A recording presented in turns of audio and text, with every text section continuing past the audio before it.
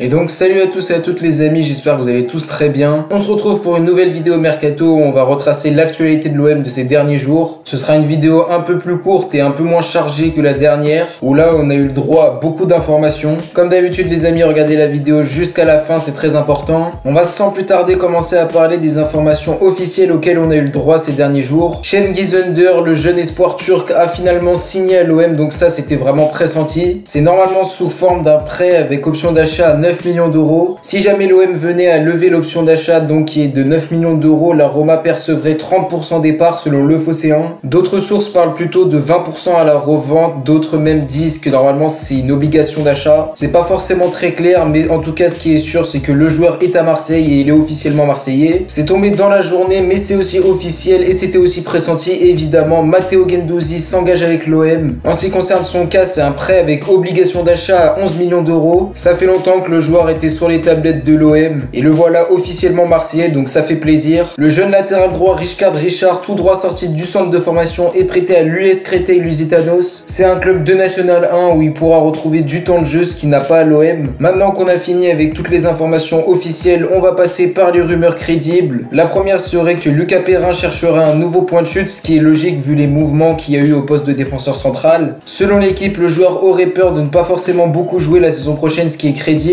C'est donc pour ça que selon la même source, le Clermont Foot, club qui vient juste de monter en Ligue 1, serait intéressé. L'OM se serait vu proposer une offre de prêt avec option d'achat. Le joueur serait proche du club et un départ pourrait être acté dans les prochains jours. On va maintenant parler des joueurs qui vont probablement rejoindre l'OM dans les prochains jours. Le premier reste Pau Lopez, le gardien de but tout droit venu de l'AS Roma. Le joueur serait déjà arrivé à la commanderie et va sûrement passer sa visite médicale dans les prochains jours ou voire même dans les prochaines heures. Comme on l'a dit, ça devrait être un prêt avec obligation d'achat au bout de 20 matchs joués. La somme qui devrait revenir à l'AS Rome serait 15 millions d'euros. À l'heure où je tourne la vidéo, ce n'est pas encore officiel, mais ça peut très bien l'être au moment où vous la regardez. On en reparlera sûrement et j'essaierai de confirmer toutes ces clauses qui concernent la transaction. On va maintenant faire un point sur le dossier William Saliba. On avait dit dans la dernière vidéo que Pablo Longoria avait acté son départ vers l'OM. Le joueur arrivait sous forme de prêt, a priori sans option d'achat, même si le journal L'Équipe évoquait l'existence d'une option d'achat fixée à 10 millions d'euros, ce qui est plutôt étonnant quand on sait qu'il a été recruté 30 millions par Arsenal. La Provence nous affirme que les discussions sont plus compliquées que prévu. Les deux clubs ont du mal à s'entendre sur les différentes clauses, tandis que Longoria aimerait rajouter une option d'achat, chose que les dirigeants des Gunners vont essayer de supprimer, je pense. On reste plutôt optimiste en ce qui concerne le déroulement du dossier, on espère même que le joueur va arriver en fin de semaine. Je pense pas que ça va se faire parce que ça a l'air beaucoup plus compliqué que ce qu'on croyait en réalité. Il serait cependant bête d'oublier le fait que le joueur a choisi l'OM et veut signer à l'OM, ce qui est un paramètre à prendre en compte évidemment. On va bien sûr retracer l'actualité de ce dossier en espérant qu'il se déroule pour le mieux. Le journal Jeune Footeux nous apprend que l'OM pourrait toucher 17 millions d'euros grâce à la vente de deux joueurs. Le premier ce serait Dario Benedetto qui est poussé vers la sortie. On avait parlé de la piste Giovanni Simeone pour le remplacer. Selon beaucoup de sources comme le Phocéen, on apprend que le joueur va sûrement quitter l'OM cet été. Les trois clubs les plus chauds à l'idée de le recruter seraient le Betis Séville, Elche et Boca Juniors. Le joueur semble donc être poussé vers la sortie à fond. Son prix aurait été fixé et serait à l'ordre de 7 millions d'euros. Le deuxième joueur n'est d'autre que Nemanja Radonjic. On avait appris que le Benfica Lisbonne était prêt à mettre 7 millions d'euros sur le joueur, somme jugée insuffisante par l'OM. Cependant, selon le Phocéen, toujours la même source, le club lisboète va revenir à la charge et va proposer plus que la dernière fois. Le club portugais aimerait un paiement échelonné qui se rapprocherait des 10 millions d'euros demandés. Proposition qui pourrait satisfaire les exigences de Pablo Longoria, surtout quand on sait que le joueur est chaud à l'idée de signer là-bas. La même source nous affirme cependant qu'il y a d'autres clubs en Allemagne et en Italie qui ont les yeux rivés sur ce joueur. L'OM serait intéressé à l'idée de recruter une jeune pépite de Ligue 2 pour épauler Jordan Amavi au poste de latéral gauche. Selon le journal L'Équipe, l'OM serait intéressé par Jaouan Hadjam, le joueur qui évolue au Paris FC. C'est un jeune joueur de 19 ans qui a une valeur sur Transfer Market estimée à 2,5 millions d'euros. L'OM aurait proposé un prêt avec option d'achat fixé à 1,5 million d'euros. Le joueur serait aussi suivi par Monaco, Leverkusen et d'autres clubs en Ligue 1. Il a joué seulement à 6 reprises cette saison en Ligue 2 mais semble être prometteur. Comme d'habitude, à voir si l'intérêt de l'OM est très fort ou non. Dernière piste de la vidéo et qui se situe au poste de milieu de terrain. Malgré les récentes signatures de Gerson et Guendouzi pour étoffer son milieu de terrain, Longoria aimerait rapatrier un jeune joueur de Ligue 2. L'OM aurait pris des renseignements sur Cheikh Oumar Diakité. Il évolue aussi au PFC et est déjà comparé comme N'Golo Kanté ou encore plein d'autres grands différents joueurs. Le journal 13-013 nous apprend que les négociations entre les deux clubs ne sont pas très avancées pour l'instant. Ça pourrait s'accélérer pour un joueur que je trouve assez intéressant, à voir si le prix est abordable. Je privilégierais moi aussi un prêt, pourquoi pas dès sa première saison pour acquérir du temps de jeu et pour revenir plus tard, à voir si l'OM l'entend de cette oreille. Donc voilà les amis, c'est déjà la fin de cette vidéo. N'hésitez pas à me dire si elle vous a plu. Donnez-moi vos avis en commentaire sur les différentes pistes dont on a évoqué le nom.